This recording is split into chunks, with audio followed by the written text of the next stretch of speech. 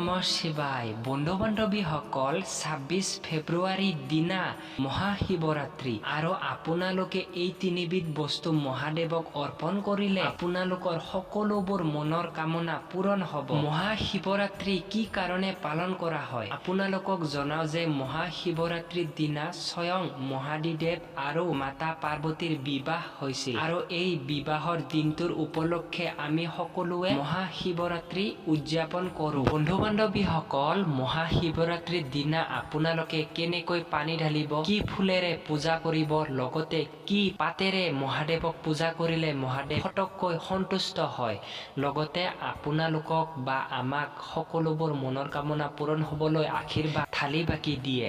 ভিডিঅ'টো আপোনালোকে শেষলৈকে চাব। আৰু আপোনালোকক জনাও যে মহাদেৱে নিজেই কৈছে মহাদেৱক যদি এপাহ বেলপত্ৰৰে আমি পূজা কৰোঁ মহাদেৱ সন্তুষ্ট হয়। যদিও অথবা আপোনালোকৰ লগত বেলপত্ৰ নাই, ধুতুৰাৰ ফুল আছে, তেওঁ মহাদেৱ সন্তুষ্ট হয়।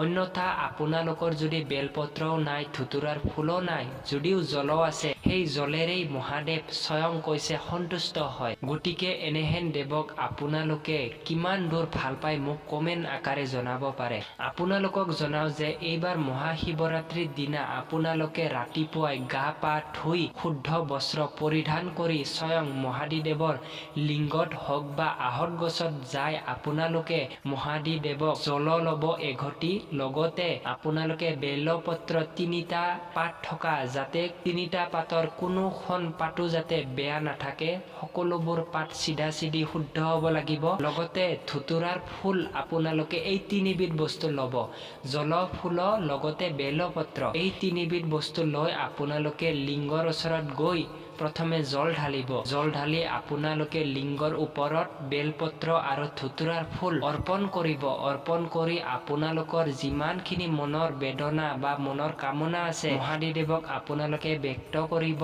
আৰু আপোনালোকৰ সকলোবোৰ মনৰ কামনা পূৰণ হ'ব। কমেণ্টত লিখক আপোনালোকে হৰ হৰ মহাদিদেৱ, ওম নমঃ শিৱায়, ওম নমঃ শিৱায়। বন্ধু বান্ধৱীসকল ভিডিঅ'টো চাই আপোনালোকে কেনেকুৱা পালে, কি শিকিলে মোক কমেণ্ট কৰি জনাব। ধন্যবাদ।